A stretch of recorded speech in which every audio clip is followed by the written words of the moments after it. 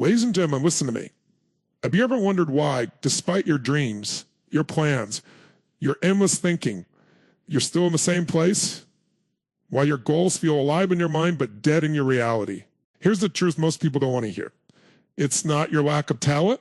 It's not your circumstances. It's not even your past. It's your lack of discipline. Let me challenge you with a simple but uncomfortable question. What happens to your goals on the days you don't feel like showing up? Because those days are not rare. They are guaranteed. Motivation feels powerful in the moment. It gives you a surge of energy, a sense of clarity, even excitement about who you could become. But here's the reality. Motivation is temporary.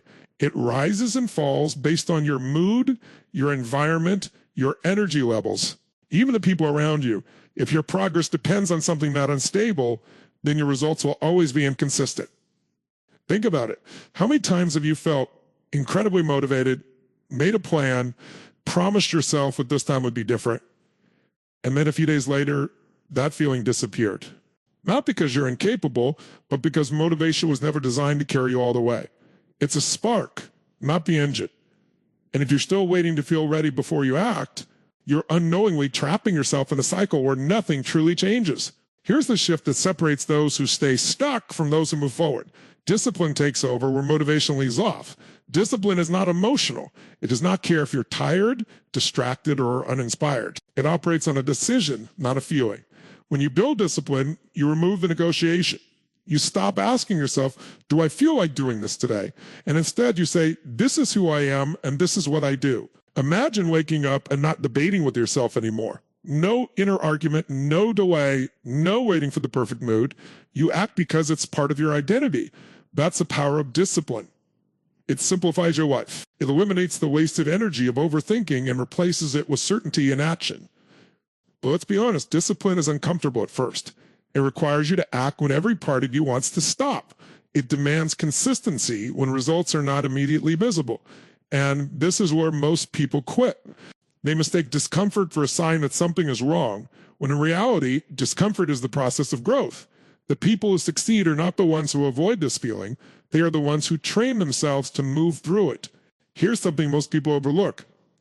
Discipline is built in the smallest moments. It's built when you follow through on something simple, even when it seems insignificant.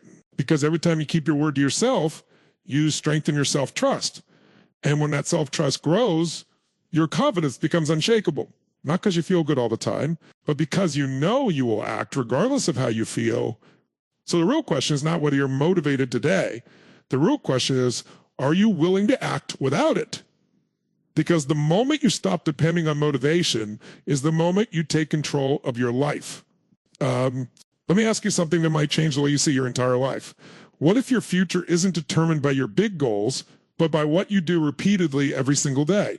Not the once-in-a-while effort, not the bursts of motivation, but the quiet, consistent actions that nobody notices. Because here's the truth. Your habits are not just routines. They are the blueprint of your future. Most people underestimate this. They focus on outcomes, success, money, recognition, but they ignore the process that creates those outcomes. And that process is built on daily habits. Think about it. Every action you take is casting a vote for the person you are becoming. When you choose discipline over distraction, you are reinforcing a version of yourself that moves forward. When you choose comfort over effort, you reinforce a version that stays the same. Here's the hook. Success is not an event. It's a pattern. And patterns are built through repetition. You don't suddenly become confident, productive, or successful one day. You become it through the accumulation of small, consistent behaviors that compound over time. It's not dramatic, it's not flashy, and that's exactly why most people overlook it. Consider this. If you improve just one small habit each day, even by 1%, where would you be in a year? Now flip that. If you neglect those habits, if you allow inconsistency to take over, what does that lead to? The difference between those two paths is not talent or luck, it's daily decisions.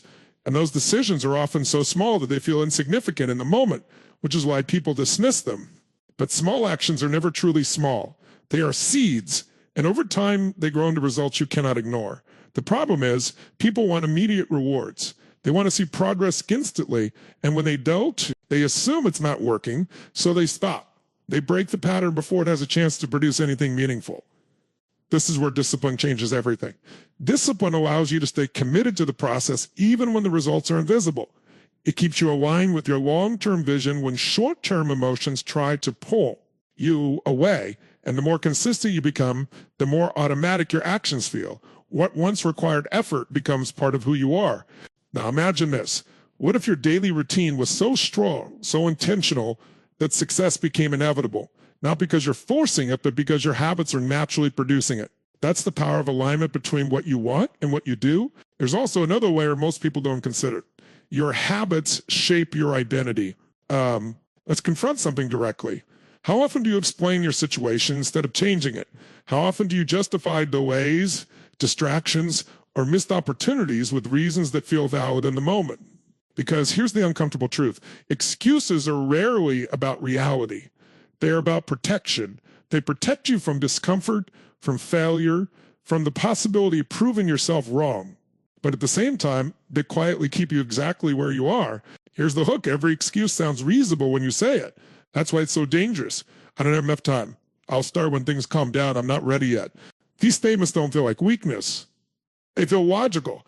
But if you step back and look at the pattern, you'll notice something. Those same reasons show up again and again, and your results stay the same. It's not coincidence. It's a cycle. Excuses shift your focus away from what you can control and place it on what you can't. They give you a temporary sense of relief, a way to avoid the discomfort of action.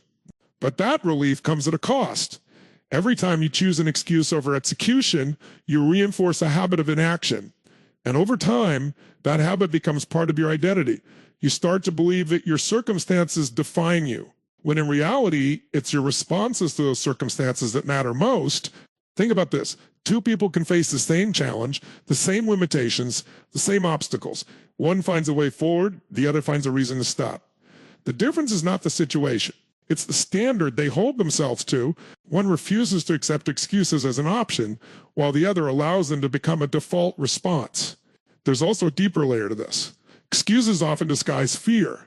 Fear of failure, fear of judgment, even fear of success. Because success brings responsibility, expectations, and change can be uncomfortable. So instead of facing that discomfort directly, the mind creates a narrative that feels safer. It tells you to wait, to delay, to hold back. And the longer you listen to that narrative, the more convincing it becomes. But here's where everything shifts. When you start questioning your excuses instead of accepting them, when you catch yourself saying, I can't, and replace it with, how can I? That single shift moves you from a passive mindset to an active one, and it forces you to look for solutions instead of settling for limitations. Imagine what would happen if you removed excuses completely, not reduced them, not managed them, eliminated them. No more negotiations, no more justifications, just action. At first, it would feel uncomfortable, even overwhelming, but over time, it would become liberating because you would realize that you are far more capable than your excuses ever allowed you to believe. And the most powerful part, when you stop making excuses, you build credibility with yourself. You begin to trust your own decisions, your own commitments. That trust becomes a foundation. And from that foundation, consistent action becomes natural rather than forced. Let me challenge a belief that holds a lot of people back. Why do you think going all in once in a while is enough? Why do you believe that a few intense bursts of effort can compensate for days, even weeks, of inconsistency? Because it feels productive in the moment. It gives you the illusion of progress. But here's the reality. Intensity without consistency is one of the fastest ways to stay stuck. Here's the hook. What you do occasionally does not define you. What you do consistently does. Anyone can push hard for a day. Anyone can stay focused when they feel inspired or when the pressure is high. But that kind of effort is unpredictable. It depends on your mood, your energy, your circumstances. And when those fluctuate, your performance drops with them. Think about it. How many times have you started something with full force? You put in maximum effort. You go beyond your limits, and for a short period, you feel unstoppable. But then what happens? Fatigue sets in, motivation fades, life interrupts, and suddenly that intensity disappears. You slow down, you pause, sometimes you stop altogether. Then later, you try to repeat the cycle again. This pattern feels like progress, but it's actually keeping you in the same place. Consistency works differently. It doesn't rely on extreme effort. It relies on steady, repeated action. It's not about how hard you can go once. It's about how reliably you can show up over time. And that's where real growth happens. Because when you act consistently, even at moderate level, you create momentum. And momentum is far more powerful than occasional intensity. Consider this. If you committed to doing something at 70% effort every single day versus 100% effort once or twice a week, which approach would produce better results over time? The answer is clear, but most people still chase intensity because it feels more rewarding in the moment. It feels like you're doing more, even when you're actually doing less overall. There's also a psychological shift that happens with consistency. When you show up daily, your actions start to feel normal. They become part of your routine rather than a challenge you have to overcome. You remove the resistance that comes with starting and stopping, and once that resistance is gone, progress becomes smoother, more predictable, and more sustainable. Another important factor, consistency builds trust with yourself. Every time you follow through, even a small commitment, you reinforce the belief that you are reliable. That belief strengthens your confidence, not in a temporary way, but in a deeply rooted way. You're no longer dependent on motivation or external pressure. You know you will act because you've proven it to yourself repeatedly. Now imagine this. What if you stopped chasing those extreme moments and instead focused on building a system you could sustain every day? What if your progress was no longer dependent on how you felt, but on a structure you followed regardless of circumstances? That's when everything changes. Because success stops being something you chase and starts becoming something you naturally create through your actions. Let's address something that quietly shapes every result in your life. What you tolerate. Not what you say you want, not what you dream about, but what you accept on a daily basis. Because here's the truth. Your life is not a reflection of your goals. It's a reflection of your standards. And if you feel stuck, it's worth asking a direct question. Where have you allowed less than what you're capable of? Here's the hook. People don't get what they want. They get what they tolerate. That idea alone can shift your entire perspective because it forces you to look inward instead of outward. It moves the focus away from circumstances and puts it directly on your decisions, your boundaries, and your expectations of yourself. Think about it. Standards are not something you announce. They are something you enforce through your actions. You might say you value growth, discipline, or excellence. But if your daily behavior doesn't reflect that, then those are not your real standards. Your real standards are revealed in the moments when you're tired, distracted, or under pressure. Those are the moments when you either uphold your values or lower them. Most people don't unconsciously decide to lower their standards. It happens gradually. It starts with small compromises, skipping a task, delaying a commitment, choosing comfort over effort just once. And then it happens again. Over time, those small decisions become patterns, and those patterns redefine what you consider acceptable before you realize it. You've adjusted to a level far below your potential, and it feels normal. There's also a hidden danger here. Your mind is incredibly good at justifying lower standards. It will give you reasons that sound logical, even responsible. It will tell you that you deserve a break, that conditions aren't right, that you'll perform better later. And while those thoughts may feel harmless, they slowly weaken your discipline. They create a gap between what you expect from yourself and what you actually deliver. Now imagine a different approach. What if you made a clear, non-negotiable decision about the kind of person you are? Not based on how you feel, but based on what you stand for when you raise your standards. You eliminate the option of settling. You stop asking, can I skip this today? And start saying, this is who I am and this is how I operate. Raising your standards doesn't mean becoming extreme or unrealistic. It means becoming intentional. It means setting a level of performance that aligns with your goals and refusing to drop below it, regardless of circumstances. And the powerful part is this. Once you truly commit to higher standards, your behavior begins to adjust automatically. You start making better decisions, not because you're forcing yourself, but because anything less feels out of alignment. There's also a shift in how you view challenges. Instead of seeing them as obstacles, you start seeing them as opportunities to reinforce your standards. Every difficult moment becomes a test, not of your ability, but of your commitment. And each time you rise to that challenge, you strengthen your identity. Now consider this. What would change if you stopped accepting average results from yourself?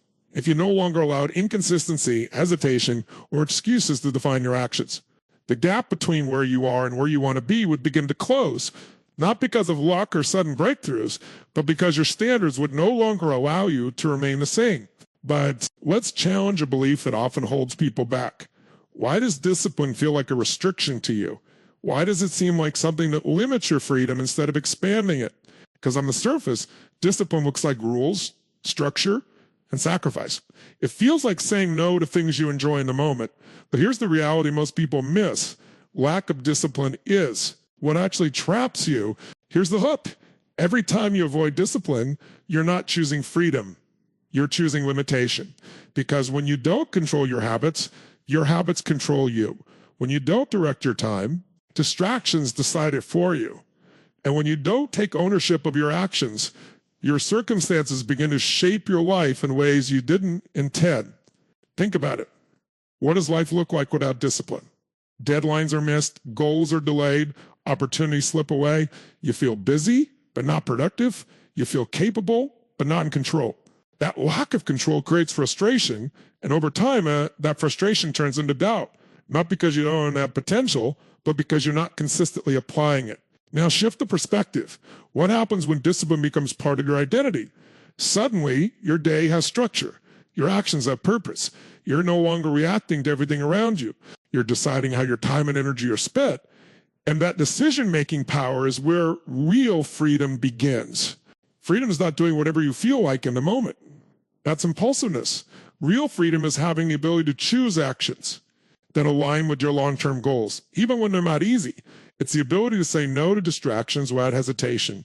It's the ability to follow through on commitments without needing external pressure. There's also a deeper layer to this. Discipline builds confidence, but not in the way most people think. It's not loud or temporary. It's quiet and stable.